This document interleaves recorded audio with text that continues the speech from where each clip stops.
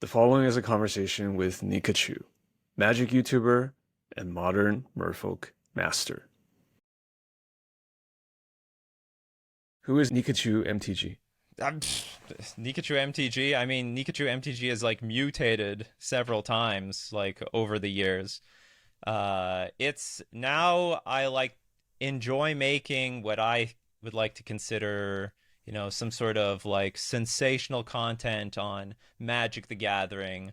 I tried to go over like really big moments either in the history of the game, or I try to make like at least trying to make incredibly powerfully fun videos to watch. And that's I'm just sort of following that as it goes.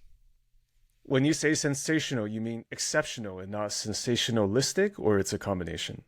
Well, like you could like you sort of exaggerate things like, oh, this is the greatest blunder of all time in Magic the Gathering history, or like there might be something at a competitive point of view, like there was like a gigantic mistake, but maybe from a casual perspective, like what is the big deal about this? But it's a means of making the content more exciting, and it's still like it will resonate with people one way or another. The way I can convey the story. So I, I figured you asked me last time, so maybe I'll ask you and turn it around. Like, so who is your channel for, and who are you making? Because you kind of said that part of it is based on your own interests, but who Hmm. is it for? Who is the consumer of the things that you put out? I mean, it's just Magic players. It's Magic players. I do you know what? If you want to go with the history, you like to do that. You like the history of the content creation journey. My channel originally was a modern Merfolk uh, instructional channel. So I played modern. I had this really niche deck, the modern Merfolk deck. For anyone who doesn't know, it was like a tier 3 deck. Didn't win, didn't do anything. However, it just so happened that as I was getting into the format, there was a pro player by the name of Petr Sahurik who got like top 16 or something, top 32, top 16 at a pro tour with this deck.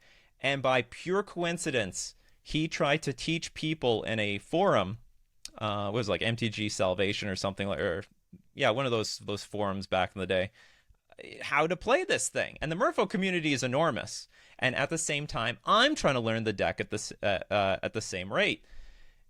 And this guy was just getting like crushed, not crushed. Everyone was just like disputing all of his advice. Like, no, you can't play the deck like this. That's crazy. He had a completely different perspective on the archetype, completely different point of view, completely different 75 that went completely against the grain. And they basically chewed him up and spit him out. And I'm like, this guy's on the pro tour. Are any of you on the pro tour? No, nobody's on the pro tour. This guy actually knows how it's done. So I reached out to him and I learned the ways of this archetype. But the thing is, something that I learned undisputably online in the Magic the Gathering community is like written discourse is useless, completely pointless. You can theory talk all you want back and forth. It means nothing unless you have like some sort of reputation or some sort of authority on the subject. But if you can get people to watch it, if you show people how it's done, that can change people's minds. So all of a sudden you put the theory into video. And I've always been fascinated by YouTube. I want to know, hey, I love YouTube. I love the camera. The camera loves me. So I started my YouTube journey with what I was most passionate about. It was this deck, which I was winning at like 80% of the time. I thought it was like a hidden gem of modern back in like 2013, 2014-ish. So that's what also But when you started YouTube. I started YouTube in late 2014, super late 2014. So I've been around here for a while. That's almost a decade if you think about I it. Yeah. know. It's like, oh my God, I've spent like a decade of my life doing this. I imagine like if I spent that much time being, all on chess, maybe I could be a chess master at this point.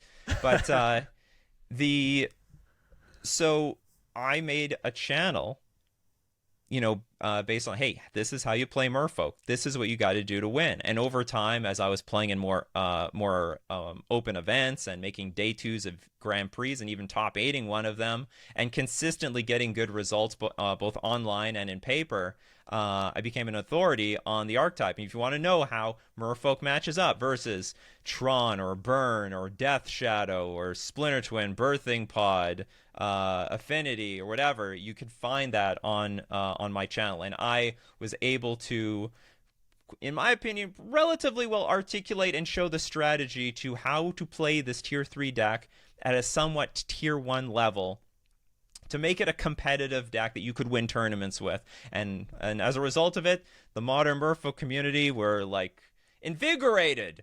They made like a Facebook group. It's interesting, actually. You know, there were no specific Facebook groups or Discord groups until like Merfolk started all this. Like, they had such a strong community. I didn't build this community, by the way.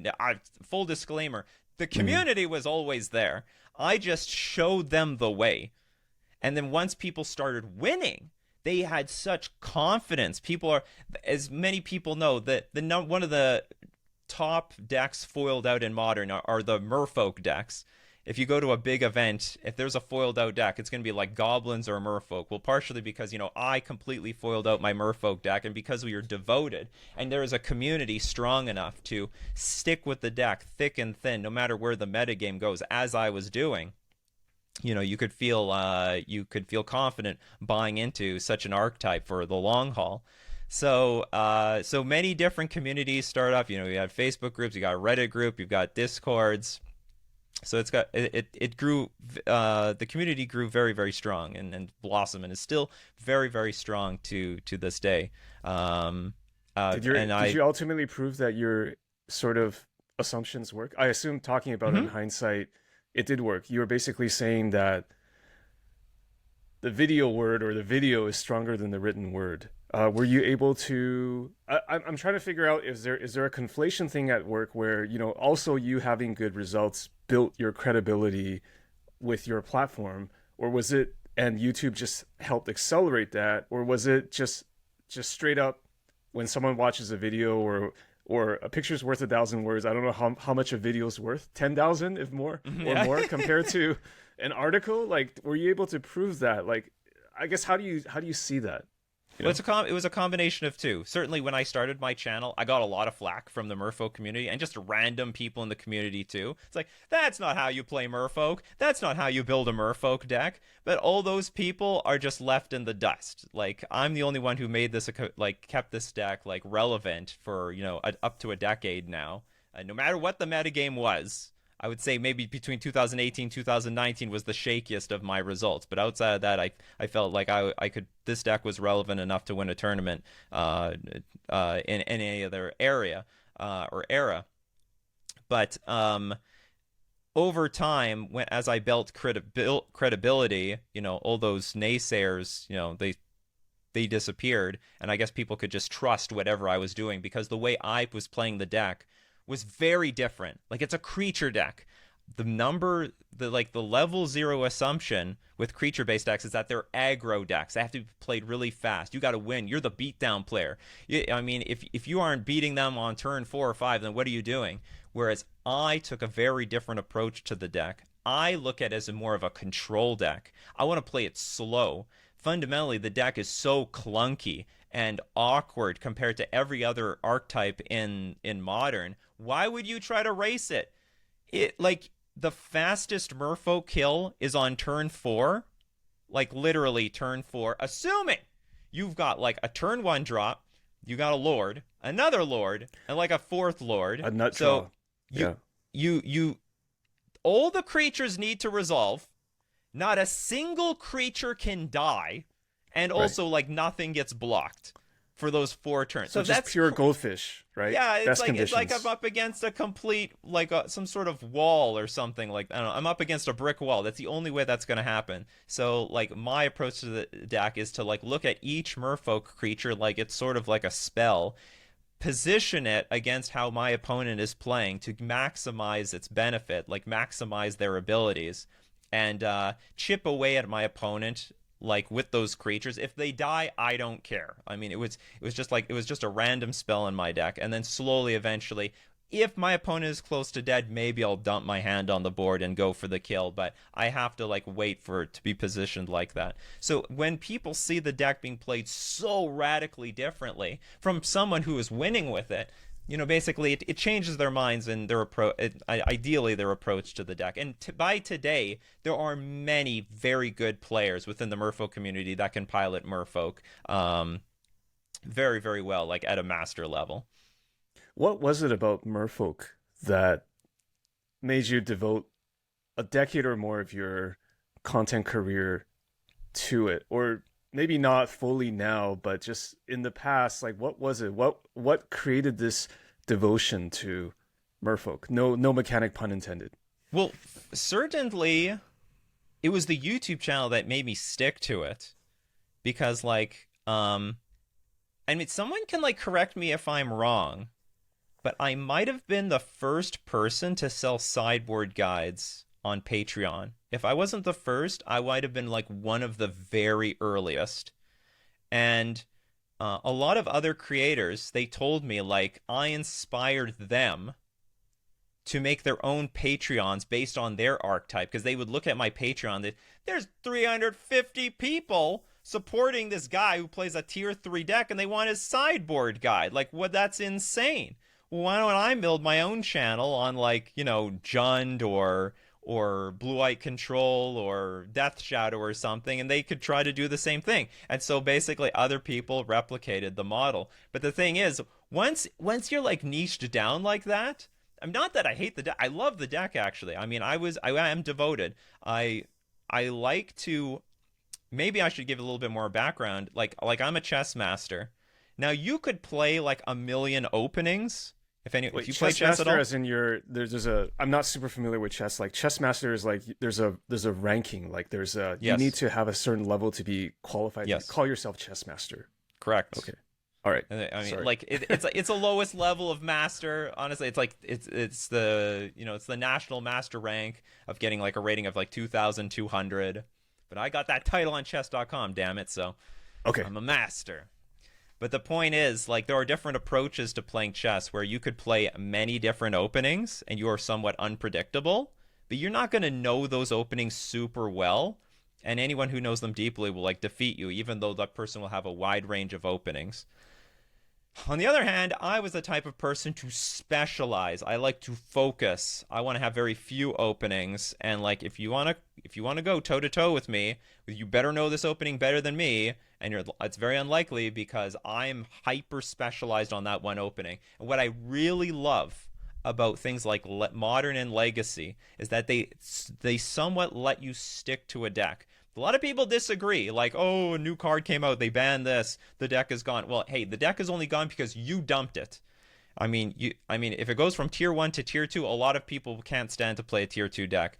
I've been sticking to this Merfolk deck the entire time, through thick and thin, and I'm not complaining. And my tournament results are incredibly good compared to even to the above average. So, if you really know your stuff, and you really specialize in an archetype, you know the game well. I'm like, you do have to know, you got to understand Magic at a higher level to adapt your archetype. But like because I've specialized in it, and because people support it, it's very hard to drop it. Yep. So like that definitely helped me stick to the archetype over the years. But long story short, I love this deck. Merfolk it looks simple, but it's really complex because it's very fragile. There's two very popular cards, Silver Gill Adept and Lord of Atlantis. Most people might be familiar with Lord of Atlantis. Blue, 2/2 creature, gives all your other Merfolk +1/+1 and Island Walk. And then there's Silver Gill Adept, blue, 1 generic for a 2/1 Merfolk. You got to reveal a Merfolk for it to be played. And when it enters the battlefield, draw a card. These are like two really common standard turn 2 plays. But I could honestly say, depending on the archetype, like depending on what you're up against, depending on how many cards in their hand or your hand or the situation, playing one might make you instantly lose the entire match. Mm. The decisions are just so fragile, but it is such a rewarding deck for me to pilot such a thing and still, still win with it. Basically, I get to stick with my baby all these years. So it looks really simple up front, but if you dig down strategically, like two cards look like, man, what's the difference between the two? But it could have a catastrophic outcome on the rest of the game. So, for example, Silver Gill Adept, maybe you want to get Silver Gill Adept early before someone rips it out of your hand for card draw. But on the other hand, if you put a Silver Gill Adept out early, you might be weak to Fury. For example, if you play a Lord first, a Lord second, now both creatures are 3/3s, and they're protected from Fury. However, if you play Silver Gill Adept first, then Lord, then Fury comes down, kills both of them. And that could be enough to just completely wipe you out of the game. You're not coming back. You needed that turn. So it just shows how fragile the deck is to pilot. And anyway, I enjoy that type of magic. This sort of make one mistake, you're smoked type of archetype. So would you say that there's some sort of satisfaction or badge of honor from operating within these kinds of frail, tightrope parameters? Is that just something you enjoy as a player? You know what? Okay, yes. It transverses more than just magic. If I reflect on my history of playing chess, if I reflect on my history how I played poker, because I played poker competitively for like 4 years, I had this just I would say my style in those games were very aggressive. My style in Magic is not aggressive. It's very patient, I would say. But it's complicated. And all of them are complicated. My chess style was like very aggressive, very tactical, very complicated. Same thing with poker. I would be also very aggressive, complicate a lot of situations. And then somehow I never thought of complexity as being a way to describe somebody's style. But it's somehow that resonates with me. If I can even call Merfolk a complex deck. A lot of people will say, well, your options are very small. Well, sometimes I have like 5 options, but 4 of them are stone dead, and they all look very similar. But I know that there's like a very big difference between all of them, or there is a difference.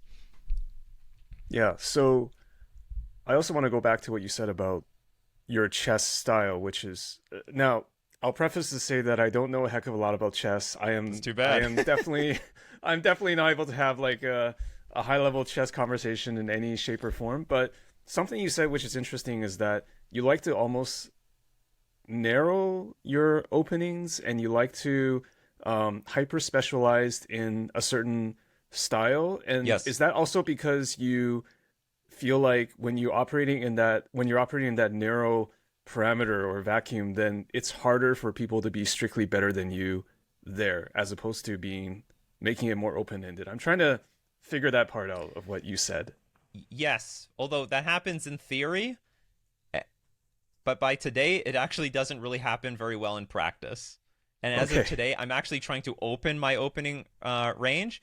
The problem today are just chess computers. So, like, say 20 years ago, or 15, I should say, between 15 and 20 years ago when I started playing chess, like, computers weren't really that strong. They were good. They were useful tools or whatever. But, like, I mean, they were good. They were, like, better than more or less any human being. But they weren't good at solving openings very well yet.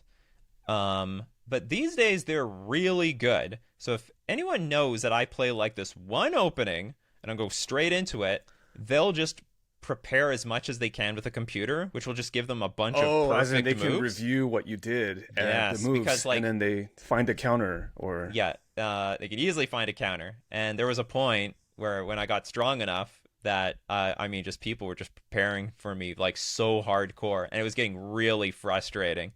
And and then it becomes a game of like, how much more have I prepared with the computer over them? Whereas now I think I should play a wider range, make it way harder for them to prepare, and just maybe I won't know it super well, but I will be maybe worse in the opening. I'm willing to take that sacrifice. I'll be worse in the opening so that I can be I'll let my knowledge Mhm. and whatever to take over in the middle game into the end game. But I like, feel like yeah, I overall yeah. I am like a person of specialization, generally speaking.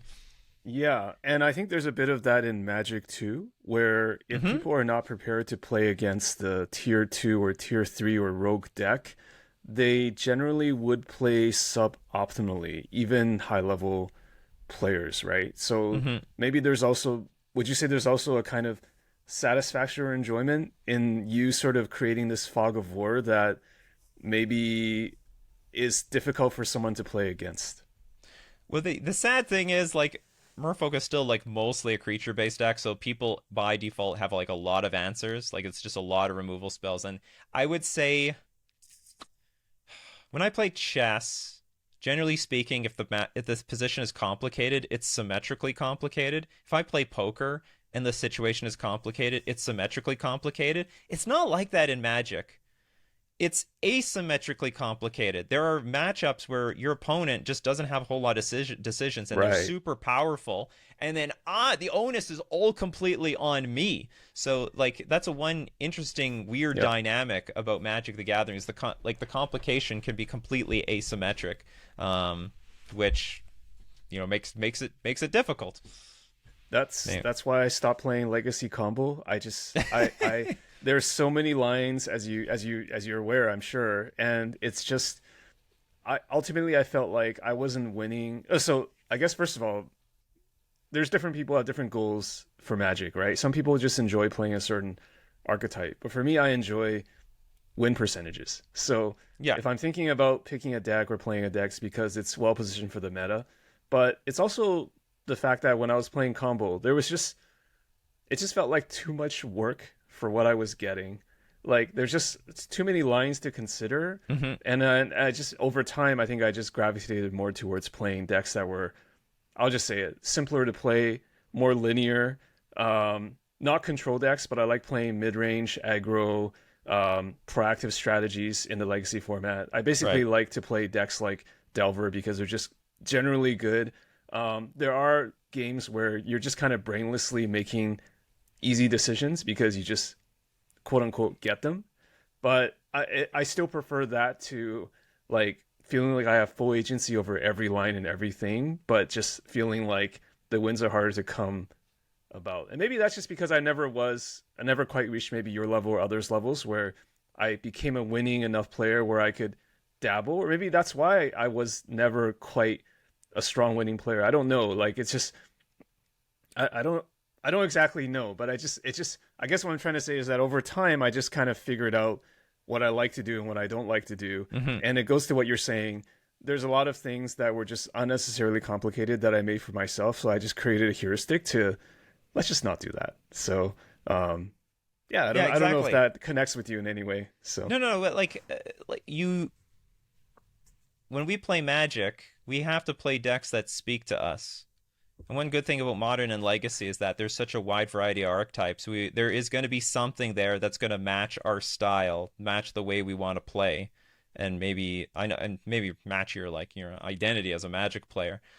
And I mean, one thing that resonates me in two ways with Modern and Legacy is that you can specialize in the format, and you do get rewarded for it, just like you said. Like people like if you play a little bit of everything, you usually get slaughtered in like Modern Legacy. There's not they used to say though like the modern specialists, the legacy specialists, because those people who play consistently those formats, they like know the nuances of every matchup, even though they're like there's a lot of those tier 2, tier 3 decks. Whereas if you get somebody who plays like a little bit of everything and then the next weekend is a modern event, those players struggle because like just picking up a good deck isn't good enough. Like it's a big difference between standard and modern and legacy. Like a big difference between standard and the non-rotating formats because there's few decks in standard and you can leverage a lot just by playing the best deck, whatever the hell it is. But then all of a sudden we go play modern and legacy and a lot of the decks are of a similar power level.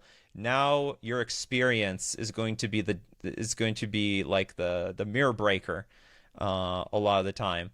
And the people who just play those formats are going to eke out way higher win percentages over the people who don't. And then the people who can stick to one archetype, if they can. I mean, it's not mandatory, but like people who basically dig into an archetype until maybe they think it's unplayable, are going to have an even larger edge over the people who flip-flop around from one deck to another. In my opinion, I'm a person who specializes. Sure, everything is in our opinions. That's for Yeah. sure. I want to go also back to what you said about just initially your channel being Merfolk tailored and being what you called instructional.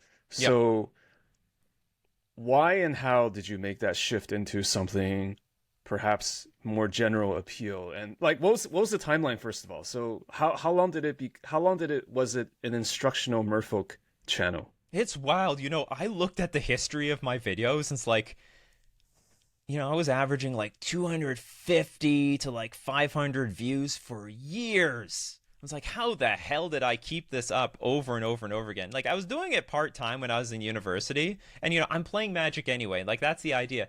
You're doing it anyway. You turn it into Classic content. hobby scenario, sure. Yeah. Like, I lose nothing turning any of this into content, and I like to turn it into content. And it turned into like some side and it was income. indirectly helping your Patreon and other things, right? Yeah, yeah, exactly. So it was like 250 to like 500 views a video up until 2017, where I make a top 8 in a modern event. And it was funny, like the word on the street in that event, some judges were telling me, some judges told some people there's a Merfolk deck in top 8, and then some random person says, "Oh, I wonder if they watch Nikachu." And then when the other judge says, "That is Nikachu." So yes, Nikachu does watch Nikachu, I guess. Yeah, every day. So anyway, I make the top 8 of this event. I do lose in the finals against what would be Death Shadow. Turns out Death Shadow had plot armor. This was like Death Shadow's debut, before now has become a historic archetype. And but from there, people are fascinated. I should have recorded it. Like, people in Twitch chat were just losing their mind that this, like, this tier 3 deck is like beating up this Death Shadow. It went into the top 8, then it beat a Death Shadow deck to get into the finals. Now it's up against Death Shadow again. So it was very very exciting for Twitch chat to see that sort of story unfold at the same time that this menace of a Death Shadow deck was rising to prominence. But that result, basically, it gave me a good boost. So a lot of people got curious, like, who the hell is this guy? What is this Merfolk deck? Everyone is always interested. You look at the top 32 deck list. It's like, okay, tier 2, tier 1, tier 1, tier 1, tier 1. Oh, there's another tier 2. Merfolk in second place. That's unusual. Were you playing fully foiled on camera? Yep. I think I had one non-foil in the deck. I think I had one non-foil. It was in the sideboard, and it just never came up. But that's the way to do it. It's like when you play Japanese. tournament Magic and foil Japanese, almost the whole deck. Okay. Yes. That's the way to do it. Either as a tournament player, I feel like you gotta either play all non-foils so they're not marked, or all foils so that there's no issue. Yeah. I actually have all the cards non-foil for Legacy, but also just in case I just don't have enough of the playables. Like, so let's say a new breakout card comes out. Or I'm just like asking because it looks nicer cards on the camera too, because people will probably be saying, beautiful. This person probably is serious about Merfolk in some way. So yeah. If they don't know who you are already, so yeah. So but the point it being, so I got a lot of attention, and then all of a sudden my videos were getting like, I think 1,000 to like maybe 1,500, maybe 1 to 2,000 views a video, or like it was above 800. I just know that. So it gave me it was like almost like a global shout out to myself. It gave me a good boost from 2017 onwards. But yeah, it was not changing much. And then all of a sudden, I'm at Grand Prix Taipei, and I'm talking to a bunch of fans. This is in 2019. I'm talking to a bunch of fans, and it's like, Nikachu, I watch your channel all the time. And I'm like, oh, you play Merfolk? No, I play Tron. Oh, okay. Nikachu, I watch your channel all the time. I'm like, oh, do you play Merfolk? No, I play Control. Okay. Nikachu, I watch your channel all the time. Do you play Merfolk? No, I play Burn. Okay, well, who the hell is playing Merfolk? Why are people even watching me? And so that, and then I very quickly realized, like, most people are not actually watching for Merfolk. They watch because they liked my analysis of Modern. They liked my approach to Modern, my thought process to this format, because I'm playing a super underpowered archetype, and I need to know exactly how this format ticks to a T to squeeze out every little bit of juice I can with my own archetype. So people love that type of analysis as opposed to someone who's like playing the most powerful deck. Oh, look at me obliterate all these fools. Oh, they're not playing the most powerful deck. And then one day their deck doesn't work. My deck doesn't work. Wizards is ruining the game. Okay, I'm dumping this deck for something else. I mean, like, so I have like a different angle that people enjoy, and I realized people want my modern analysis. So then came the shift towards making like more modern centric videos and basically giving my opinion on modern. If some card got banned, if a card got unbanned. I mean, I made some of these news videos before, but now I'd like started to go way heavier into it, speculating what if this card got unbanned, and those videos did better. I mean, they're not based on gameplay, and they were getting like, I don't know, between 2 to 7,000 views a video, and then I would make like the top 10 modern decks to beat videos, which actually did insane. They got like, I think they averaged like 25,000 views a video. It was like my money milker for the month, every single month, because I could do top 10 decks for February, top 10 decks for March, and so on. And I was able to do that for quite a few years. So let's dig into this. Obviously, there's people that give you feedback that, hey, I watch your stuff for your analysis, for your insights, and that's part of the motivation. How big was the motivation to, quote unquote, get bigger as a YouTuber, or to hit more views? Or I guess maybe we should go back to like, what are your goals? Like, was it also at a point in time where you wanted to make this more serious and it just happened to coincide with that? Like, what was your thought process behind adapting your content or shifting it? I always wanted to be a big YouTuber.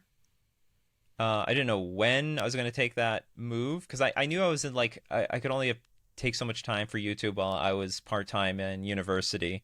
But the biggest shift, so I must have like started making that modern content a little bit earlier, but went harder into it in 2019 because, or I don't know, maybe I just don't remember the timeline very well. 2017, 2019. Okay, whatever. But the biggest shift to me, and this might have been the lowest moment of like my career, my YouTube career, or maybe I should like front it by saying, the greatest curse I had on YouTube was that I was always growing. Like, I was always getting a few more subscribers every single month. My video views were just slightly going up every single year, not exponentially, like very, very linearly. But the greatest curse that I had was that I was always growing and always felt like, okay, I'm basically doing things right. I'm, over time, I can see, I think it took like 6 years to get to 10,000 subscribers, something like that. It just took forever. But, like there came a point where I was like, this is not really going to go anywhere. Like, the growth is way too slow. Like, this is terribly slow. Like, it's gonna end at some point. It's just gonna stop. And I don't know when it's gonna be, but it's just gonna come all to an end, like, somewhere. Or I could just keep it going, but I'm not like that. I like being good at what I do. Like, I like to I'm a chess master, damn it. Didn't become a chess master just, playing casually. I had to study. I had to work hard to figure out how to basically torture all my opponents over the board. So and I learned lessons from every single defeat that I ever had, and I built myself on that. So I'm willing to learn how to beat this YouTube game. So the first thing I thought was, well, I need to have like broader topics, like way broader than what I was doing. Or I figured if I I think I started off making still some slightly more interesting, broader, like modern topics. I had like a was it a modern band tier list thing? I think yeah, I started making some videos about the modern band tier list, but they were like short, funny, sweet, so like that helped improve the channel. And then I decided like if I want to go bigger, I need to make slightly like even more broader topics. And then this got into like cheater videos, but also like I made some like I have I would like to think I have a healthy balance between like dramatic videos and like really fun, lighthearted stuff. Like I have like Easter egg videos and on Magic the Gathering and combo videos, but stuff that at least could reach a wider audience. And I'm just honestly, I'm just how do I put it? Crossing this. There's some like Asian proverb about this. I'm crossing the river, feeling for the stones. You know, I don't have any direct path, but you know, I'm gonna try to walk this way. If there's a stone, okay, I'm gonna keep walking that way. Oh, no more stone, okay, I'm gonna walk the other direction. So this is basically where I am now with my approach to YouTube. Something that's very interesting, I think I should just ask right now is because everyone, it's so different for everybody, but what is your YouTube end game? Because when you were saying you had 10,000 subs and you're thinking maybe that is in some shape or form not enough, like what is enough? Is there an enough? Is there an end game?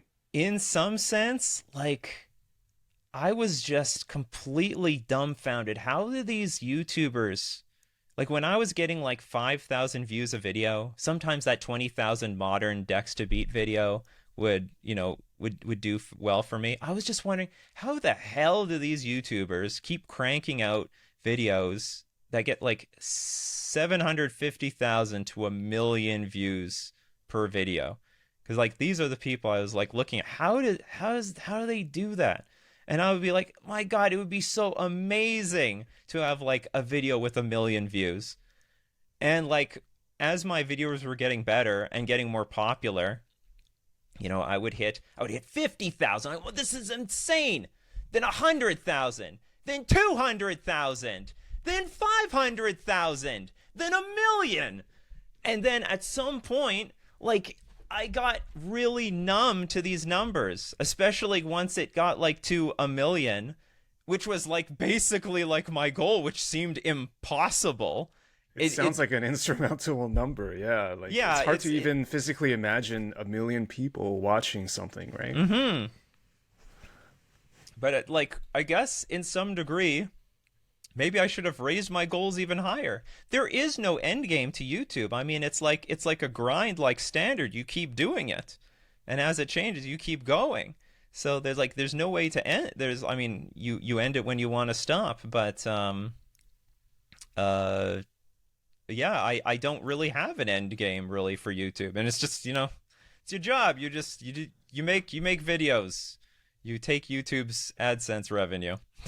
When you initially see other people having videos with those types of insane views, is there a type of wonder and you just want to figure out how to do it, or is there a sense of competitiveness that you want to be like, I can do that too, like I can study. Is it similar to like studying chess and wanting to work your way up the ladder to be a chess master, just being the best of what you choose to involve yourself in? Yes, it's both. It's well, it should be both to most people. The problem for me, it would be ideal if I felt competition in YouTube, and I'm not like the best YouTuber or anything by any stretch.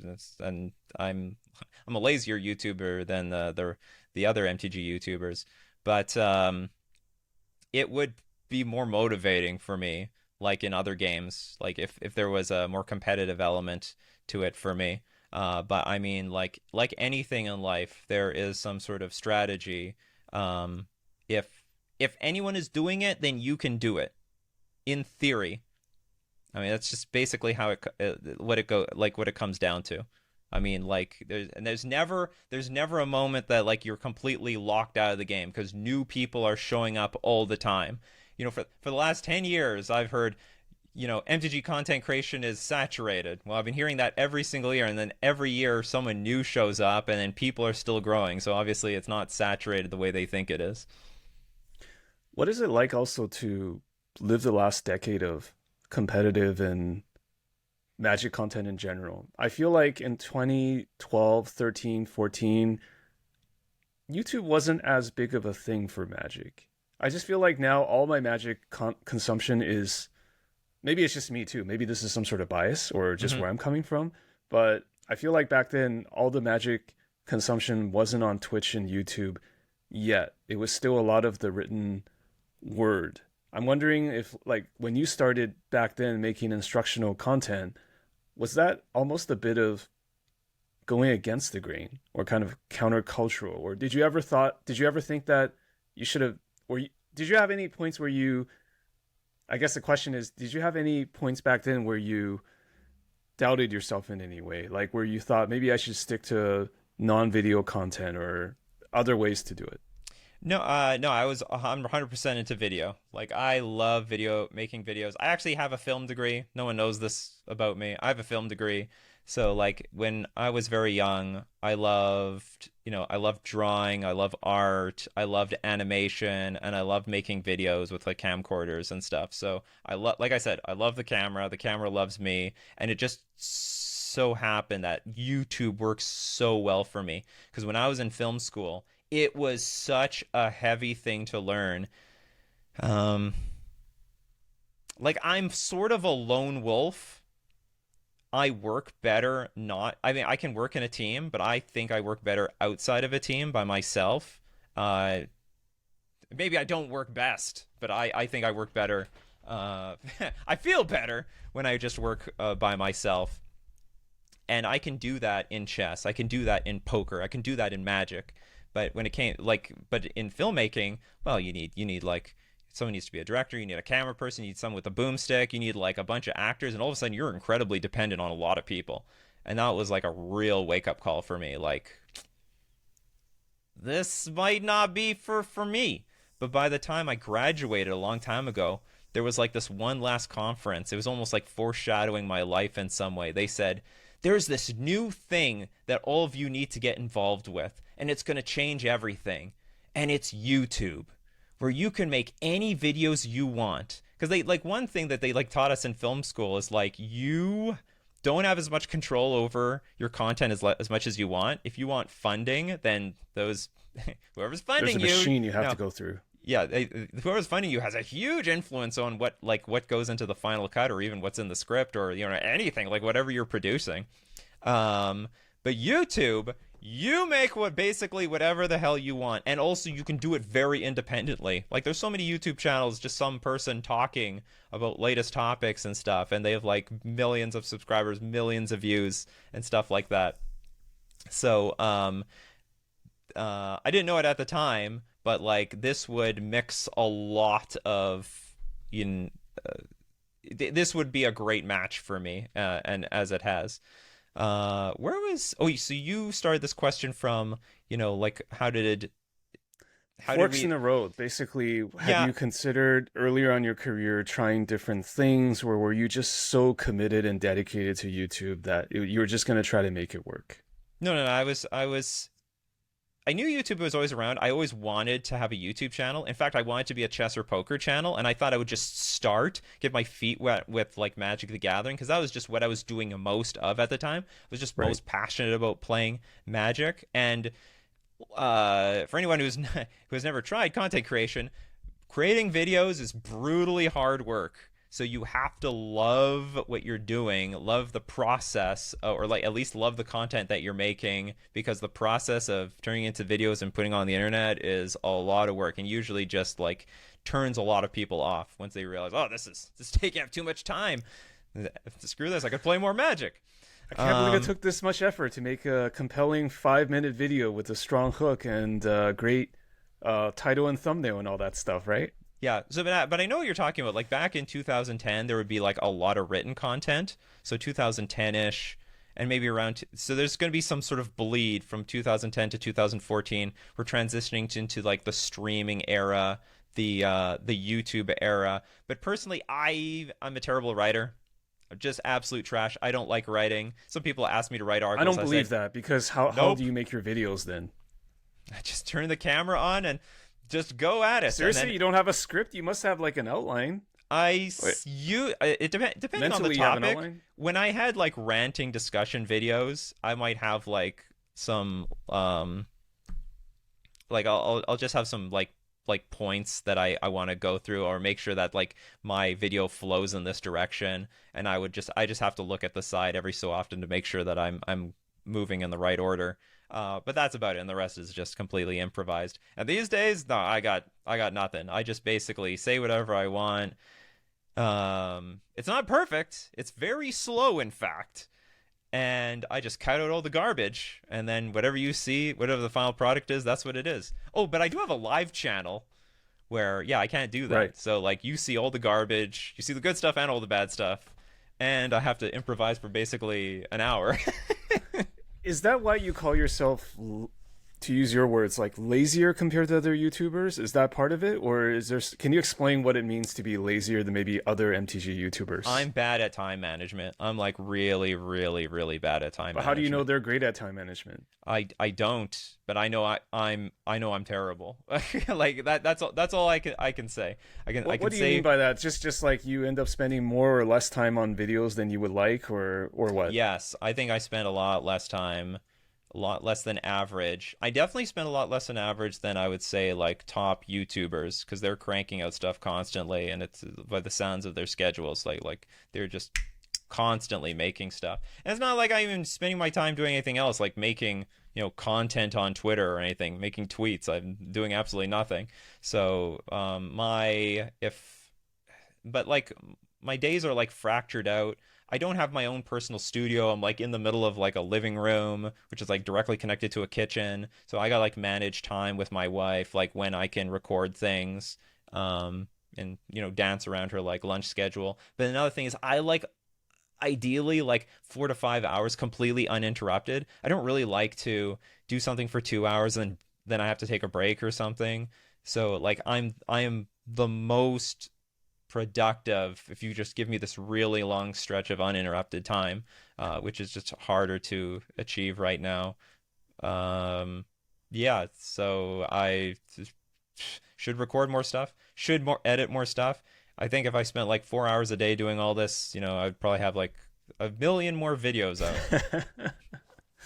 Well, I mean, it sounds like you have a creative or a maker's schedule, right? Just a big block of time. Like I also really don't like having things so scheduled down where it's an hour here, an hour there, because Yeah. things take longer than you expect. Interruptions happen, and it just puts a lot of unnecessary, in my opinion, strain on myself. Like just why, right? Just Hmm. like, especially if this is your full-time thing. I mean, for me, it's a full-time thing only during weekends, but I cherish the Saturdays and Sundays, like recording this now. Like, hey, this is Sunday morning for me right now. Like, I can, I don't have to worry about, in the next hour I have to do something. So, Right. it just helps me mentally. And I don't know, like, I guess, are you hard on yourself, like, for thinking you should do more, more, more, or is that No, just that's something a you can manage? you know what? The algorithm gives me problems. So like when the views are going up, I get more I got lazy. 99 It's like problems, and the algorithm is one of them, right? like the thing is, like when the views are like skyrocketing, I'm like, this is great.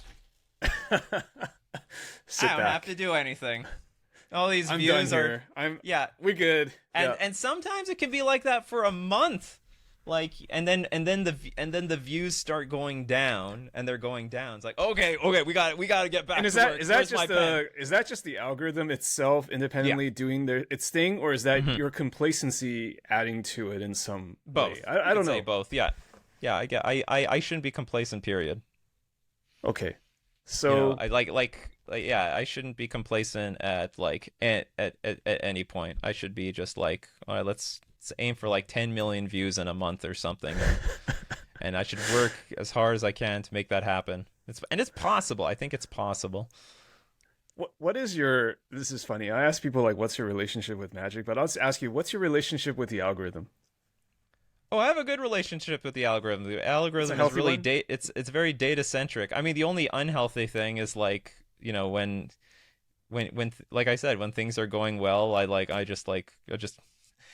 mean, seriously, like when I was getting like the most views I was ever getting on my channel, I don't know, I was making like 100 or 200,000 views a day. I was just turning on my computer, open my YouTube analytics and just watch the numbers go up. Just watch the subscriber count go up. I'm like, this is, and I was on such cloud Had nine the at live the time. dashboard Like, or whatever it was. this is just watch amazing. it go up. Refresh the comments. This is everything to me. This is beautiful. What a waste of time. I did that for like 2.5 weeks or something before, like, you know, the momentum started to go down. Just grab Just myself. vanity viewing, just like sitting there, sitting back. Okay. Yeah. Oh man, that was great. But is there some sort of this is something that you've kind of taught me on a much smaller scale because I'm much smaller as a creator, but the algorithm also feeds into your subsequent moves, right? So if you hit the big time like that, does it just give you great exposure for your next content? Like I guess I'm trying to figure out how it works. If you can maybe explain it for lay people like me. Like if you have a really big video, it can influence like that same person seeing another video of yours. So it'll just keep boosting your subsequent videos. Well, so long as they're good.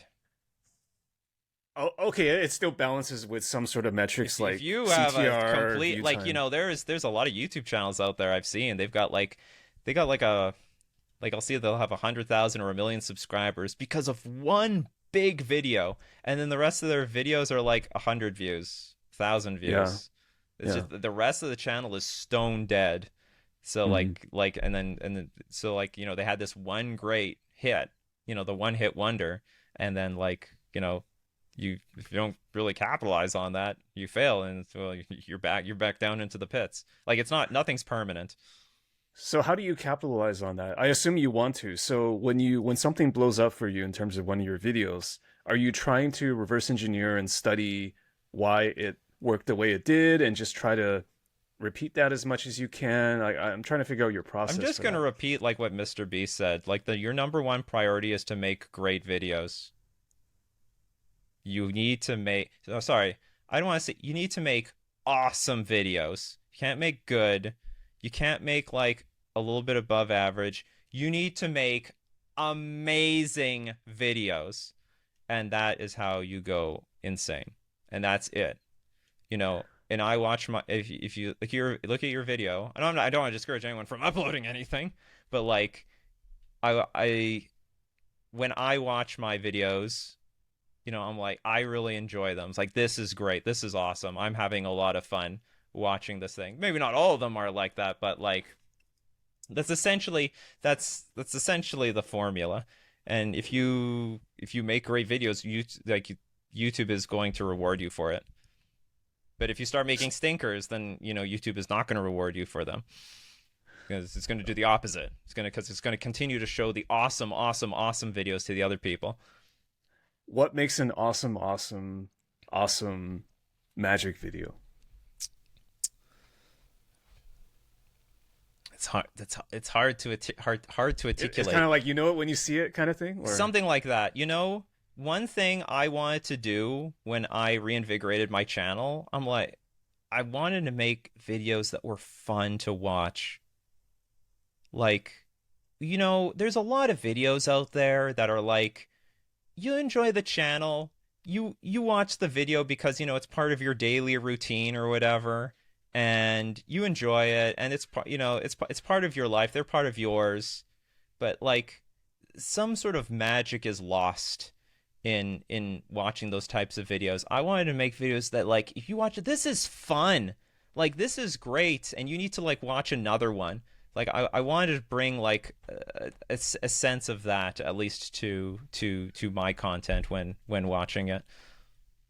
So it's going into the realm of actual entertainment. Like, it's not just like something I watch because I need something to watch, but more like something that I may still think about maybe an hour from now. Is that fair? Or I may actually want to share? Or well, to be like, honest, I think not all of them, but a lot of my videos are like just junk food, and I had no problem with that. Like, you might forget my video. Junk food is fun, right? Junk food is enjoyable. Yeah, junk food is fun.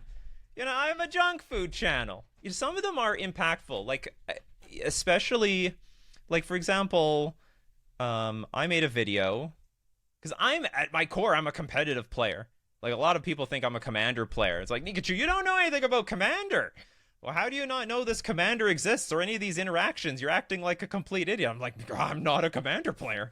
I don't know anything about commander. I'm a competitive player. So I made like videos, like for example, on mana weaving, which I think is a very polarized topic, but it's like undisputably like the most common way people cheat. Wait, is it really? I thought it was just straight up just cheating. No, Like, no, it's no, it is straight up cheating, but it's the most common way people cheat. And a lot of people don't even know that they're cheating while doing it. Like they just think they're allowed to do it. Like oh, I see, what you mean. what I was It's like, oh, it's fair shuffling or something. yeah, well, I mean, and then even after I made the video, actually I made so first I made a video how to shuffle because you want to protect yourself against mana weaving, and I also showed people, hey, if you're doing this, like, you know, sorting the lands as evenly as possible, that's called mana weaving. That's cheating. Don't do that. That's why I'm Right. teaching you how to shuffle. Like the default excuse people make for mana weaving is like, I don't know how to shuffle. Well, now you don't have that excuse because I showed you how to shuffle. And I also showed you how to catch cheating with other people who shuffle. Mm-hmm. And then I got like a really heated comment section about this. And then I decided, well, okay, let's tackle this topic. Let's make a dedicated video on mana weaving. Because it's like really important to know. And also, you know, I don't mind touching on the topic of cheating. You know, we got cheating as a common theme in my YouTube videos. So yeah, I explained. I tried to articulate the best way possible to someone who does not know statistics, because this is the pain point. If you do not understand statistics, then you cannot understand why mana weaving is wrong. It's impossible. At least that's one reason why people would keep mana weaving. They just don't understand. So I try to give them some. I try to teach in some way someone who doesn't know statistics at least the concept of what random and not random looks like. And in addition to that, no, I didn't. In addition to anything, so. No, and I think in that video made people aware that, like, even though you were taught to mana weave by your friends, did not mean it was okay. In tournaments, it's completely illegal. You try to do that in front of a judge, they will disqualify. Well, I don't know what they'll do. Maybe they'll be nice to you. There are and say, many hey, things that we learn or pick up in life that end up not being what we expect it to be, or may actually just be flat out wrong or not useful, right? So, and the problem is, so people teach people how to mana weave. Apparently, a lot of commander decks came pre-weaved, according to some sources, which gave the impression like, wait, hey, what does that wizards. mean? Because I thought you have to shuffle the commander deck. It's just the way it's laid out. You mean when It's you like, unbox it? according to some people, I don't know if it was a commander product, but some pre-built decks came like basically the mana was somewhat sorted so that you can just open it and just play it right off the top. Apparently. I don't know. I have not. I don't know this. either. So okay, I don't buy someone will have commander to... product, so I have no idea. But multiple people said like this existed, so I'm just gonna believe them. There's a lot of people, and I can resonate with this. There's a lot of people who don't like the randomness because it ruins the game to them. Like if you only play 1 or 2 games of Commander a month, you're gonna want to hope to play your deck. Like, Yes. I play tons of Magic. If I get mana screwed in one Move on to the game next or game, one right? match, Next like, match. F it, I don't care. Yeah, move on. Like, there's a million matches ahead of me in my lifetime. But for someone who's more casual and they barely play, it really sucks to, like, buy all the cards and then you set yourself up for your game night and, then you flood out or you get mana screwed or something. But also, well, a lot of people mana weave because their mana bases suck. that too. Like that, and they don't realize it. Compensation. They don't realize what's like the minimum number of mana for their deck. So like it increases the odds of them mana flooding or mana getting screwed. That bleeds dangerously into cheating territory because from what I know about cheaters, not that I'm one of them, but like the way that cheaters rationalize is that I don't want to be defeated by bad luck or variance. Yeah. Like I deserve to have a game where I'm not mana screwed every time or whatever. And then it becomes a slippery slope. Then it becomes like, how do I get an edge here? How do I, because it's not no longer about your opponents. It's more about I'm the protagonist and I deserve X, Y, and Z. Yeah. So I conceded that if everyone at the table did it and they know what they're doing, they all know it's technically cheating, that I think it's okay. So if they're all complicit, if we're all yeah, complicit, if they're all, it's like a rule zero thing. I think that right. is fine. It's like, like oh, no one's. let's all start with a basic land in our hand or something. You know, that kind of. Yes, exactly. Or some people have like, have 3 extra free mulligans, like whatever, mulligan to whatever you want. It's like Yeah. it's the same deal. However, I think it's super important that people spread the word. This is technically cheating. You are manipulating your deck. And if you ever teach this to somebody, and that's the biggest problem, it's just casual teachers, casual players teaching bad habits to newer players. If you teach this to anybody, also let them know this is cheating, because what inevitably happens is people bring this to the local game store. They bring it to tournaments. When you make that bridge to go from Commander to playing your FNM, they bring that stuff all the time. Like, yeah, someone like pulls out their deck, shuffles once, gives me their asks for a cut. No, I'm going to shuffle that thing 6 times, because who knows what the hell you did with that thing. And and you can see it. You can see it in like the forums and comments on posts about like, the shuffling algorithm of Arena. There's hundreds of people complaining that, oh, I mean, there is a little bit of manipulation on Arena, but it's actually to help you, not hurt you. They're like, I get so mana screwed on Arena, whereas in paper I never get mana screwed. Well, of course not, because you're mana weaving. These are the mana weavers just raising their voices. So, but anyway, that video on mana weaving was super polarized. Like it was almost like 50-50 whether you were with me or you weren't with me. And but so that wasn't necessarily a fun video, but that was a super informative video to hopefully make at least, like, there's a lot of competitive topics that are just not really articulated on YouTube, because there is not many big platform like competitive YouTube channels. Like there's there really I aren't. don't know if there's any over 100,000. Or the Magic really. channel itself just features the matches, right? So there's not really discussion on certain things. Yeah, it's gameplay stuff. Like for the most part, you're a big YouTuber because you're actually making more casual content. If you're a competitive YouTuber, you're not making casual content. But if you're a competitive YouTuber, generally speaking, you're on the smaller range, or you're just making gameplay, as you just said. I think that's the sweet spot, right? Is this so-called edutainment, where you're entertaining, but you're also somehow informing or educating the populace. It sounds like that's what you did with this video. Yeah, I mean, I did that with a lot of cheater videos. A lot of people came up to me and they said, Nikachu, thank you so much. I shuffle and cut my opponent's decks all the time now. I was like, good. Like, never give your opponent the benefit of the doubt. It doesn't matter who they are.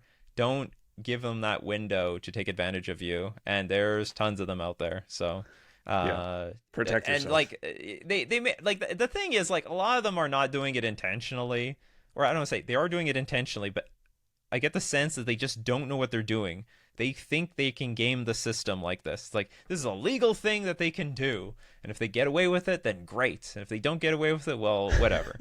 This is... It's like some sort of sports thing where, you put chalk on your hands or something so that, like, I don't know, that actually, that's different, because that gets into a kind of like, is it a real physical edge versus a mental edge? And that's like, and I don't know, maybe some people feel mentally better for doing certain things in Magic. I'm not saying mana weaving is one of them, because that's straight up cheating, but maybe there's certain rituals that they have, like, I have no idea, like, there's a million of them, but like, there was a cheater who said like it edge. was their ritual to mana weave their deck. And a lot of people tell me that it's just like an OCD sort of thing, like they just feel bad, they feel wrong if they don't mana weave their deck, so they got to mana weave their deck, and then after that, then they start shuffling it. So I mean, I don't know what to say about those people. I don't know what I can do to help those people, like, except like some people say, can I mana weave if I shuffle afterwards, can I mana weave my deck? And I'm like, oh, you have to not only shuffle, you got to shuffle really well, and please do it. I feel like this is 15, where someone's like personal times. Ethical moral system comes into play, because think about it, if you have to ask somebody, like, is it okay to do this? Maybe just don't do it. Like, but like if you're having some psychological issue letting it go for some reason, I'm like I want to give some sort of path forward to some of those because I got a lot of people like that. They have to do it. They I'm have to. compelled. Yeah, Yeah. there's no way they're moving forward with their life until the deck is mana weaved. I And cannot I'm play like, Magic unless I do yeah. this kind of So thing. I have like here I have a video on shuffling, riffle shuffle, good riffle shuffles like 20 times. Okay, you can mana weave. I will, and then make sure your opponent also shuffles your deck like 7 times. So Okay. that's the only circumstance I'm letting this fly. So basically, you do need to shuffle as much as possible so that mana weaving was completely pointless. But like, and that's the thing. That's for like most people get the aha moment. They like realize, oh, if I shuffle this much, like I don't need a mana weave in the first place. That's usually the tipping point for a lot of people, and Hmm. maybe it will be for them. Yeah. Hopefully. Yeah.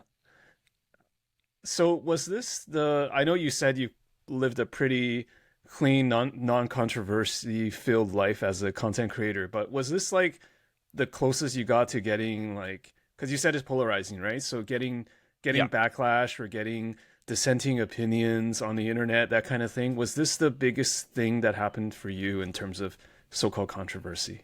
Maybe. Like I get so many hate comments in my comment section. I love them. I love the rage-filled comments, Do you you know. really love Yeah, them, or did you just build up a thick skin? well, maybe it's a combination of the two. Like I have videos about like raging Magic the Gathering players in chat, like people who rage off in chat because I I loved got those one the people other who did day. it to me. It's funny. Yeah. I had so much fun like and I don't get those anymore. James, I don't. No one rages off at me in chat anymore. I think the last time someone did it, I played some like You have to really use an alt stupid. account. Like you have to I use an probably anonymous. have to. Yeah, Yeah. I got an alt on. I'm not And that famous, so people still rage at me all the time. yeah, yes, I miss those days. Like I have so much fun. Like wow, you are so I had passionately someone angry tell me about nothing. I had someone tell me in a game 3, like it must be great to get perfect draws. I was playing a legacy league, and I just didn't want to respond. I just muted the chat. But I was thinking, I think it's pretty good. It's somewhat reasonable to get amazing draws when you play like Brainstorm Ponder, and you're Mhm. constantly like cycling through your deck and seeing way more cards than the other person who is not playing a blue deck. I didn't want to say that though. I was just like, let let them salt, whatever, you know. Yeah. So like, but I also know very early on in my YouTube career any of and I understand like most people just don't like the hate comments period, they just can't stand them, and I honestly I do get like more positive comments than I get hate comments, but I do get a lot of hate comments even on my live channel. People constantly say like I'm not pronouncing the cards correctly, I'm not reading the cards correctly, I'm not interpreting the cards correctly, I'm not reading the chat, I'm missing people's comments. So like I'm constantly getting hate on that channel even now, but the point is all of the comments boost the video. It doesn't matter what it is. YouTube can't tell if it's like a good comment or a bad comment. It just knows like someone interacted. Sadly, however, also for the algorithm, that person will be back on Yep. future videos to like hate on them. But I really don't take it personally. Um there's yeah, like so like if it's a good comment, great. If it's a bad comment, also great. Never also give it the heart. I heart like almost every single comment that I read. So like if they attack me in any way, call me an idiot, yeah, don't worry, I'm gonna heart your comment as well. But It's all I'm good. gonna ask, like, what came first, chicken or the egg, right? Did you develop a harder skin or a shield towards that, or did you just not give a fuck from the very beginning, I even think before you're a content creator? I think yeah, I didn't care. I've never given an F like my entire life. Like it doesn't matter. Like I do have a very very very thick skin in that regard. Um yeah, it's just how it is. I mean, as a pretty hardcore competitive player, I mean, you got to go through a lot of crap in order to achieve the goals that you want to achieve. It's always a hard road. So like, and I can persevere because I have that thick skin. Can you give me some advice on how to better not let those kind of things affect me? Let's say that hypothetically I did something that made me not popular in the eyes of some folks in the Magic community. Like how does one navigate that? I guess it depends. Like, I don't mind people attacking me because they don't like my opinion or whatever. But I am yeah, so like I've been attacked for my opinion millions of times. So I that I don't mind. But I've never, like, or very rarely, I would say, anyone put my feet to the flames or whatever within the community. Like, I personally haven't been part of anything particularly controversial. But if you want to talk about like the comment section, I just know that like it's all a benefit. Like, if you can, even if you get someone angry over a topic, like that is to some degree like a win because you made someone passionate enough to like make that, like, your video There's an obviously was emotional passionate. reaction. Yeah, there was Sure. an emotional reaction to this video, and at least with mana weaving it was like somewhat balanced. There's like the people for mana weaving, the people against mana weaving. um it wasn't all completely one-sided. That would have looked really awkward. Hmm. Unfortunately, I had a lot of people You didn't change come their out and mind. make like a cheating is good video or something crazy, Yeah, so it's yeah. not Like, like that. what are you doing, Nikachu? You're against the cheaters. Now you're joining them. So I have no idea what this video would have been like if it would have been the complete opposite way around. But in terms of just like hate comments, I mean, I just they make me stronger. I eat them for breakfast. Let's use an example because I know that you've been active in the or actively playing and commentating on the modern community or the modern metagame. There Hmm. was a time, as far as I know, please correct me if I'm wrong, that you were very, very strongly, maybe one of the most vocal voices calling for bans on cards like Hmm. Mox Opal. Yeah, And I think and it's that banned now. it And is I banned helped now. contribute to it. You can blame me. And some people still, they actually come into my comment section. Right, so that is They something. ask me, is it okay to unban Mox Opal now? Like, these people were there before it got banned. Like, you can't ban this card, Nikachu. It got banned. Now they're asking my permission. Hey, Modern is so bad right now. Is it time to unban Mox Opal? And fuck no. Yeah, that thing's staying banned forever. It's a Mox, Might you be time to moron. ban the One Ring, but that's a whole nother It's a discussion. Mox! Those are Yeah. restricted to vintage for crying out loud. And this thing works even better. You can play 4 of them in one deck. Anyway. Well, there is that Mox that no one plays that lets you cast what is it, legendary creatures or things? I forget. It was played for like a second in this legacy mono white Death and Hmm. Taxes Legends deck. But I digress. I'm just saying, in terms of this Mox Opal situation, this is definitely a topic. When it comes to bans of any Hmm. kind, I think Magic players are just very emotional, very invested. So, how did you navigate that? Did you just let it slide off your back like water off a turtle, Oh, it or was nothing. I mean, like, because again, it's like, it's a topic that, you're going to get like a good chunk of people realizing, oh my God. Like, the thing with Mox Opal is that it was like institutionalized into the format for a very long time. And, if you join Modern, it was just a card in the format. And from my perspective, like, Affinity was always a top 3 deck in the format, or very often it was. And like, it was the deck you're supposed to have a lot of sideboard cards for. If you don't have sideboard cards, you're gonna get stomped by Affinity. Why are you gonna get stomped by Affinity? Because they're playing with Moxen. That's why. People used to say things like the most ridiculous analysis, like, oh, to bring the power level of Affinity down, all they have to do is like ban Cranial Plating or Arcbound Ravager. No, you get rid of the Moxen, you fools. So, it's so usually the I, acceleration historically that yeah, has like, been more and problematic. I mean, this is what brought people trust to my analysis, and I was very accurate with bannings. Like, I was very accurate. Like, this card is ban worthy. This card is ban worthy. This card is getting banned. It's gonna get banned. You just wait for it. I was able to call out Oko. Like, it had like one really good event. I'm like, this Oko is getting Get banned this out next of month. here. Yeah. And I went down with the ship too, because I bought a bunch of Okos for my Merfolk deck because it was that good. I was actually one of Hmm. the very few people to say like Oko is insane, when Hmm. a lot of people thought like, oh, this is just a dirtly nonsense card. And then everyone realized, yeah, this card is insane. And then I was, I don't know, maybe I was the first person, maybe one of the very early people to say this card is definitely getting banned, and then it definitely got banned. Yeah, it's very polarizing. You get people who are like, no, Splinter Twin should never get banned. This should never get banned. You have these purists that like that everything should stay. We got to print more cards. But the problem with these purists is that you'll eventually just like wash out a billion decks out of the metagame. You'll just have these very insanely powerful decks. Whereas if you ban the most powerful cards, you can like broaden the range of decks in the modern metagame, or just in Magic in general.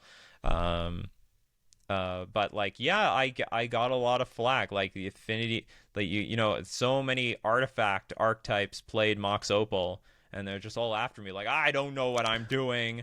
Like, why? It's a staple. It's a pillar of the Yeah, format it's a kind pillar of of the deal. format. You get all these people like, my deck is. You get a lot of people who are like, my deck did nothing wrong. Like they're playing like a tier 3 deck with Mox Opal in it. Well, you know, I don't care. This is Krark Clan Ironworks archetype that's playing with it pretty good, and Right. you're just gonna get hit with the splash damage. People like when Faithless Looting got banned. It's like, you're gonna ban the Mardu Pyromancer deck, which at that point there was a cute deck called Mardu Pyromancer that used Faithless Looting, and it was playing it a really fair way, super fair, nothing oppressive. But then all of a sudden, like a million other archetypes start playing Faithless Looting super oppressively. You're dead on turn 2, or effectively dead on turn 2. And I'm like, so then some people bring up the argument, well, if you ban Faithless Looting, you're going to kill off the Mardu Pyromancer deck. And my response was, where's the Mardu Pyromancer deck? It can't even compete in this metagame. So, like, anyway. So, anyway, you're going to get people who are really heated on one side or the other. But, like, that's just how it is. You know, that's just how it is. But you build some fans from those people. They love to hate your ideas, or they like some, they hate most, or they like most, they hate some. You know, I guess people also love maybe folks that have a backbone that are consistent, which it sounds like maybe I would say you are in some respects, right? I mean, if you, I mean, there's a lot of YouTubers out there. I mean, if they were afraid of criticism, I mean, they would have been dead a long time. They would have their YouTube career would have been dead a long time ago.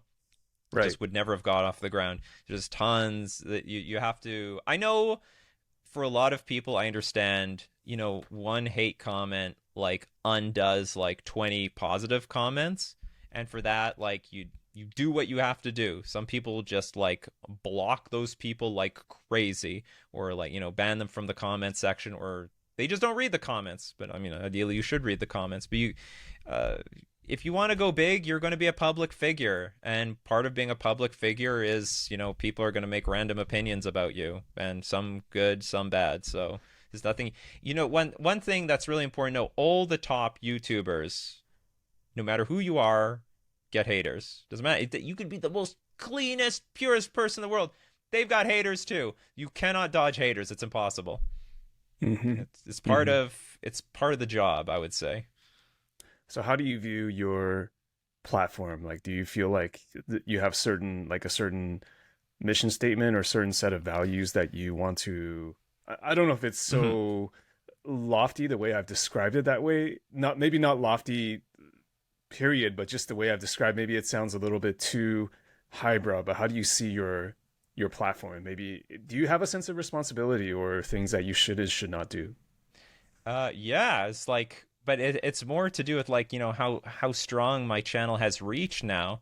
You know, like if I make a video and it gets 1 million views, how do I feel about everyone knowing about this topic? And not only that, if I start the trend of making this video, then there's going to be like 6 other channels that are going to. Can you be at peace with yourself, like with everything you put out? It sounds like. Yeah, right? I mean, you have to feel good about like every piece of content that you put out. Like, you know, for example, there's a few times people have brought me some information about like their local game store, that they optically did something like sort of scummy, but it's not really that, like, it's probably within their right to do.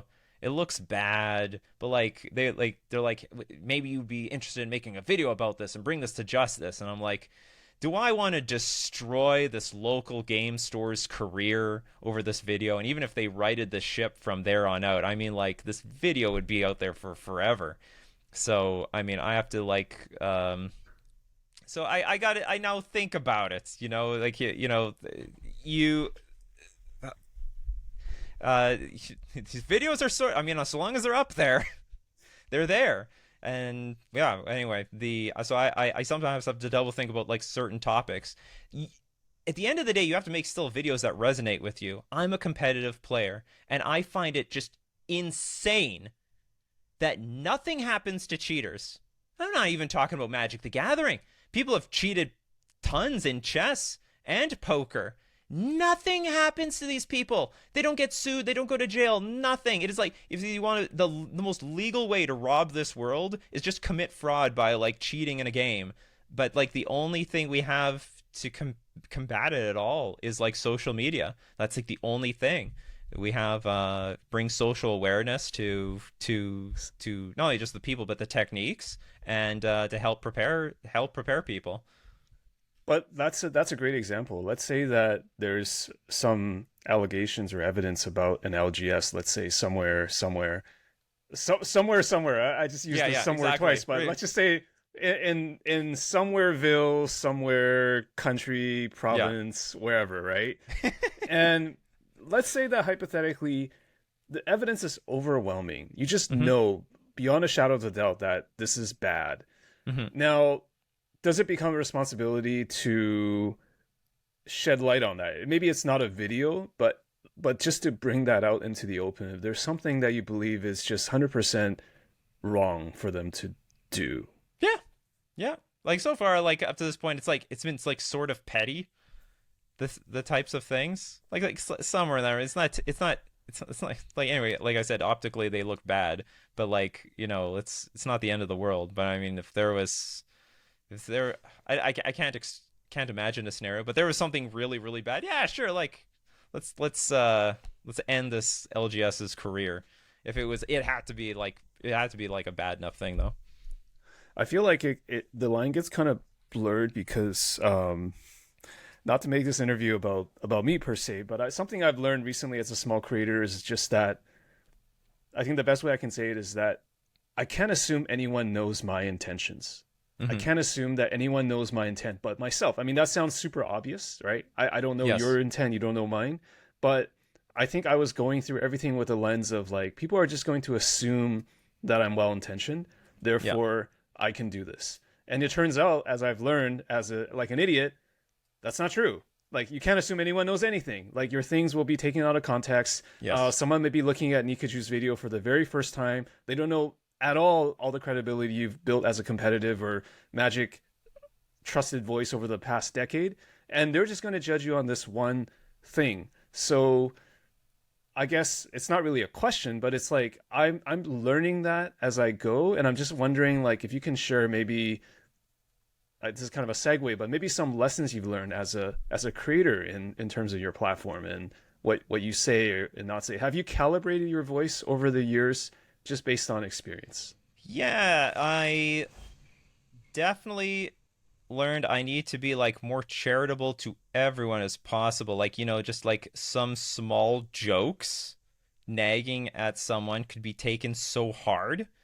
So, like, if in my mind I'm playfully joking with or trolling with like maybe the hero of a story, it could be taken really really poorly. So I have to be treating like the good guys as well as possible, and and basically give them as much credit as possible.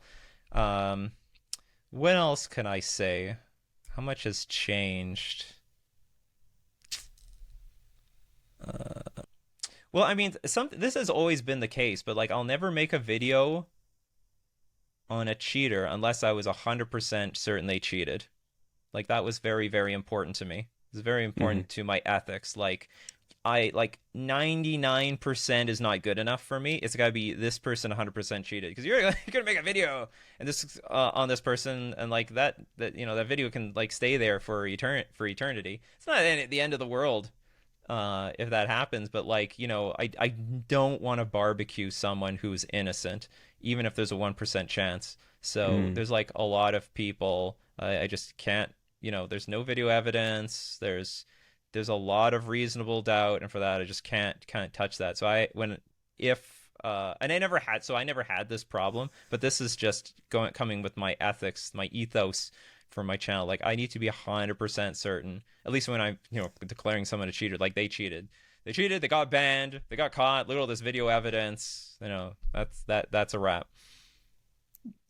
If someone gets banned from Magic for cheating, does that make them 100% a cheater?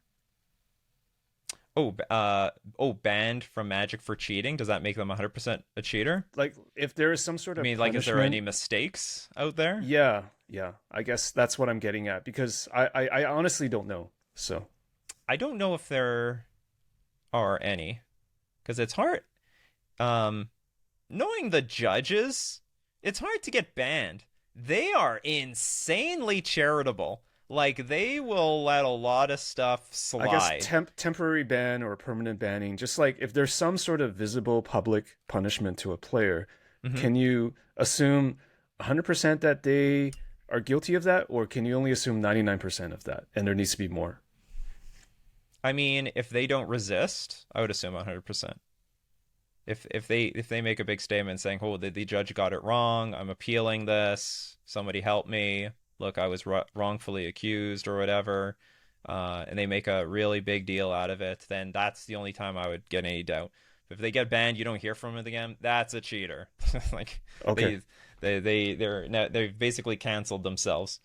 So you do trust the process overall, like yeah, I highly trust the process. I also know, based on like the judge program, the judge community, they are insanely lenient. They like don't even like to hand out warnings or penalties all that much. People have this really bad misconception about judges, like they're out to get you. They are they're like the warmest of warm communities. So warm it makes me sick. But like they are like they are so nice for being the people who like lay judgment on how the game is played. But they want it to be they're there to make sure the game is played fair and that everyone enjoys themselves. They are there to help you, and they're super helpful. So like, just even based on that, let's unpack that, Nikachu. Yeah. Like, I'm not saying cheating or bans. I'm saying that you have played in countless competitive MTG tournaments, as I have, and I find it very hard to believe that I'm first of all, I need you to clarify this. I don't want to assume anything. Have you ever felt like, just locally in some sort of ruling or decision, that judges, of course all people make mistakes, but like, have they made mistakes in situations that you've been involved in or you heard of, and also double down on those types of mistakes? What do you mean? So let's say that there was a bad ruling made against you. Sure. And maybe you just felt like, even appealing, it didn't work, or the judges just double down on like, I'm right, I'm like basically power tripping. Happens. Or something that you feel like blatantly should happen. Like, for example, there's a player that has, one foil card in their deck, and they seem to be cutting to that foil, and you try to call that player out, and the judge just looks at it because it's like a regular event, it's not an REL event. They're just like, yeah, that's fine, whatever, right? So there's probably cases like that where you have probably felt, as a competitive player in some shape or form, that black and white, the judge made a wrong decision or ruling.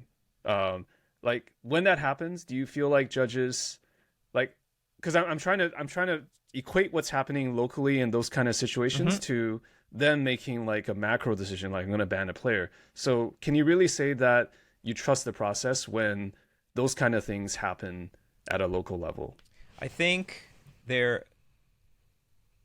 I'm not part of the judge program or anything, so like I don't know what the hell goes on, but I get a sense that they are so much more lenient at a regular REL level, because it is a casual level. Frankly, everyone's like gaming the system sort of like at that level, and like, also the players are like pretty casual. Like, they're there to just have fun. They're not masterminds of the game or whatever. So like, whatever tiny edges they're trying to get here and there, it's all worthless. Like, that's the thing that I find at the end. Like, if you have to do all this stuff, most people that cheat, they are very bad at the game. It's only becoming dangerous like when you're a very good player and you're cheating at the same time. But most people who are good at the game, they're clean players. And I think most people who cheat, they're actually just terrible players. You'll find them in the 0-5 bracket. The reason they cheat is because they don't know any other way to like get an advantage.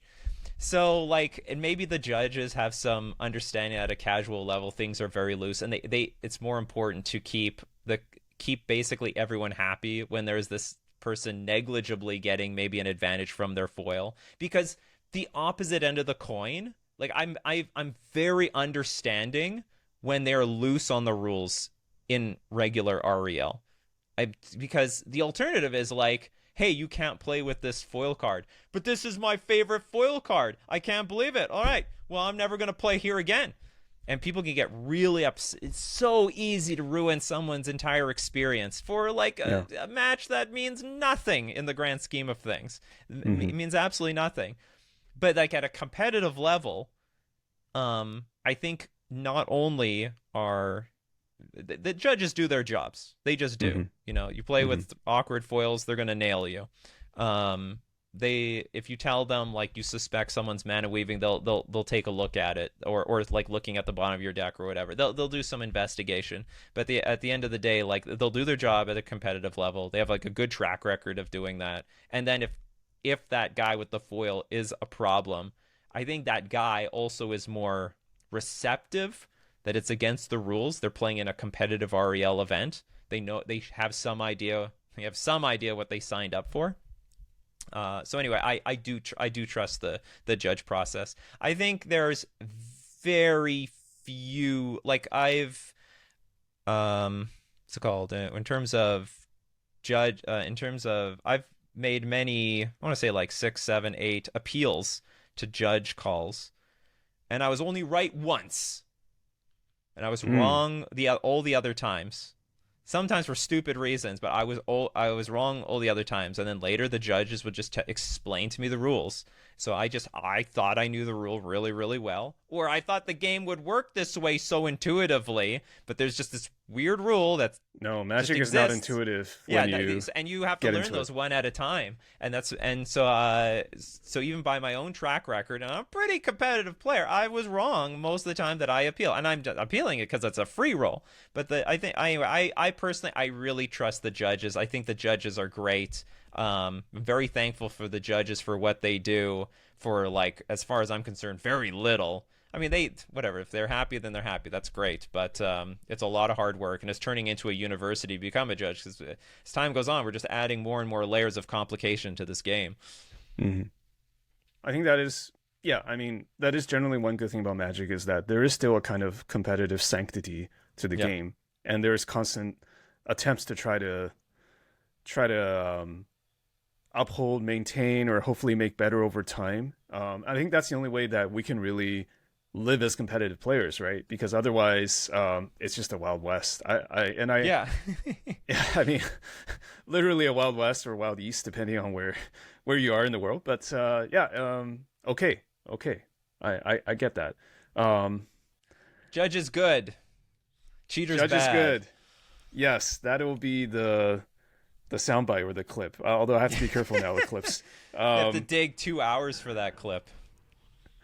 I'm going to stop saying stuff like, after 2 hours, if you made it this far, blah, blah, blah. Because I have found that people actually make it 2 hours into the interview, as much as I don't believe it, and the metrics don't seem to suggest it. There are people that will actually hate listen to this podcast, but I digress. No, they love it. You know, I was there. I've been to the end to quite a few of your podcasts. Of course.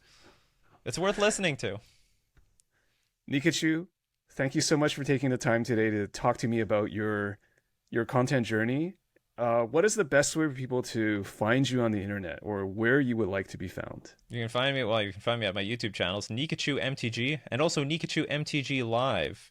That's where I do my daily live streams, which most people don't even know exists, because, you know, that's on a separate algorithm. Some people are like, you go live like every weekday? Yeah, I do.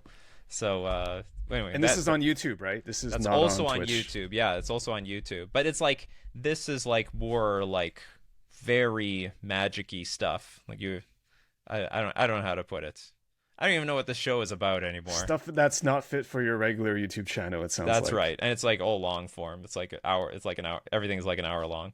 Okay. Yeah, like anywhere else at Nikachu MTG if I'm there. Not interested. Yeah. Maybe we can actually use this to talk about that for a sec. Like, what's your stance on shorts and TikTok and short form video? Because I've noticed that you've not been doing so much of that in your alongside your. I don't like it. It's all crap. It's all crap. It doesn't make any money. That's a big thing. Like, it doesn't make that much money. I try to focus my attention on like what makes money. Like, if you want to make more money in content creation, you do things that make money. Spend your time where that makes money. And also, I just don't think it has good enough synergy with my other content, my longer form content. I just don't want to attract even an audience that has like, if you love TikTok, you're going to spend a lot of time there and just go through a bunch of unforgettable content. You watch TikTok for an hour and I ask you, what do you watch? You're like, I don't know. I don't know what I watched. Okay, so you want that as like a fan? Is that what you want? So like, I make content that I think I can build fans from. I don't.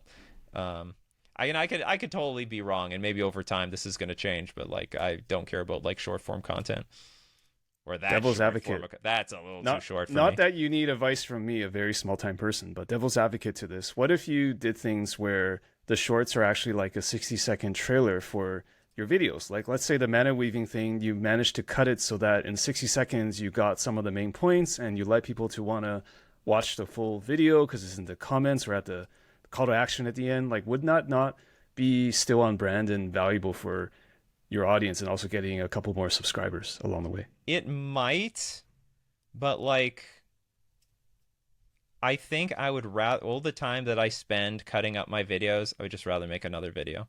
It's just basically what it is. I tried to make some shorts out of my live channel, and it's like, it's still work to make them nice looking. It's like, this is F this. I'm not doing this anymore. I'd like, again, my maybe if I had better work ethic, I'd, put more effort into shorts, but I just don't. I am a team of one. And I have an editor that sometimes edits some of my content. That's it. Sometimes. And then on top of that, I still have to edit tons of stuff because this guy, I love how he edits, but he doesn't know magic at all. So then I have to insert all the magic stuff afterwards. Now you made me remember. There is one last question I wanted to ask you, and Okay, sure. and you've reinvigorated my memory. So, I feel like the trend of YouTube is going towards, because people talk about there being different eras of YouTube. Mm-hmm. I think YouTube has now gone into a very hyper Mr. Beast like production studio type of model, where you see some of the more successful YouTubers actually, they're more like production companies. It's more Mm-hmm. like a brand than an individual. Yep. And you have said that you've been an individual, basically individual, maybe one editor part-time. But Mm-hmm. how do you see that? Do you think Nikachu needs to become something where you have to have a team, or like, because let's say that you do have goals to go bigger in terms of growth. Do you feel like that is a necessary condition to achieve where you ultimately want to go?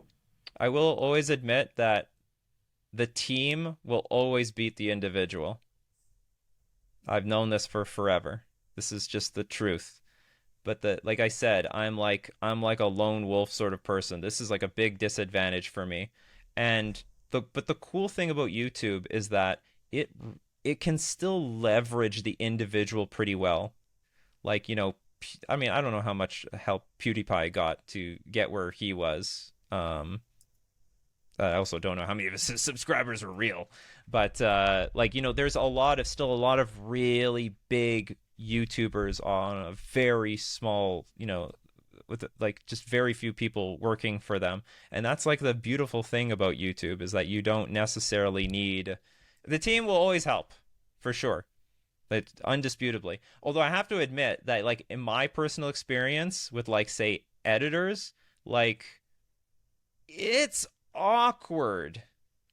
Because, like, I had some people's like, hey, can I edit for you? And like, okay, let me see your stuff. And like, they had like this sort of document, like some almost like commercial or documentary looking things. Like, how the hell can I use this for like a magic video? And like I said, there's like a certain, there's like a Venn diagram of like good editor edits the way that I want them to and knows Magic the Gathering, and I can't like, as much as I've tried to look, I mean, I honestly, maybe I haven't looked very hard, but it's a really specialized skill if you're like an editor and Magic. Because like here's a big thing I had a problem with.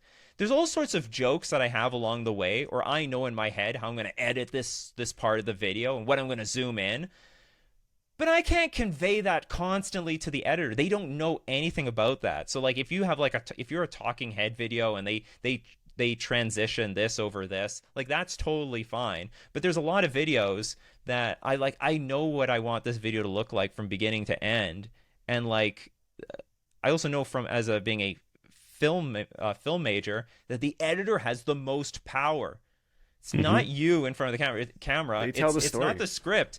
They can completely change everything. They change the tone. And if I want this very specific type of feel, this very specific type of music, the sound effects at the right moment, I got to do it myself. And there's big YouTubers that still do that stuff by themselves because they're in the same position as me. They just can't get someone else to do it for them. They can't read their mind the way they know they want to make those videos. But depending on the YouTube channel, yeah, you could like get a team of all sorts of people because maybe the editor doesn't need that much power, or it doesn't change the meaning of the video all that much. Well, 2 points on that.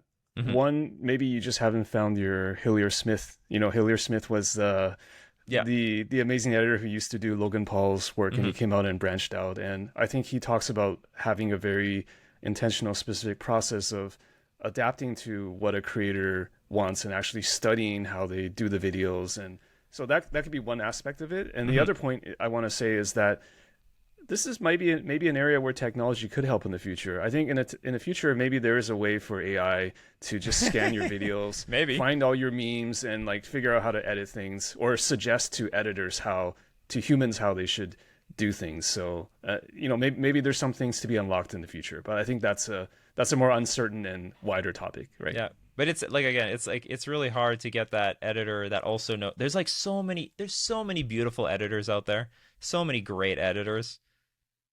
They don't know anything about Magic. They don't know a damn thing about this game.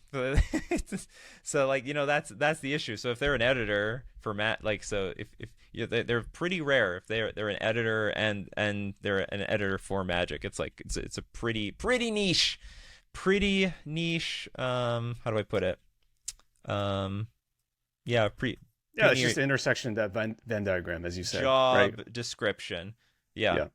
Or they're all working on Game Night's Commander content, those editors, at least the ones that I happen to know of. So it's a very small pool. They do great. Although I have to say, like, I'm not trying to fight anyone on production, that's for sure.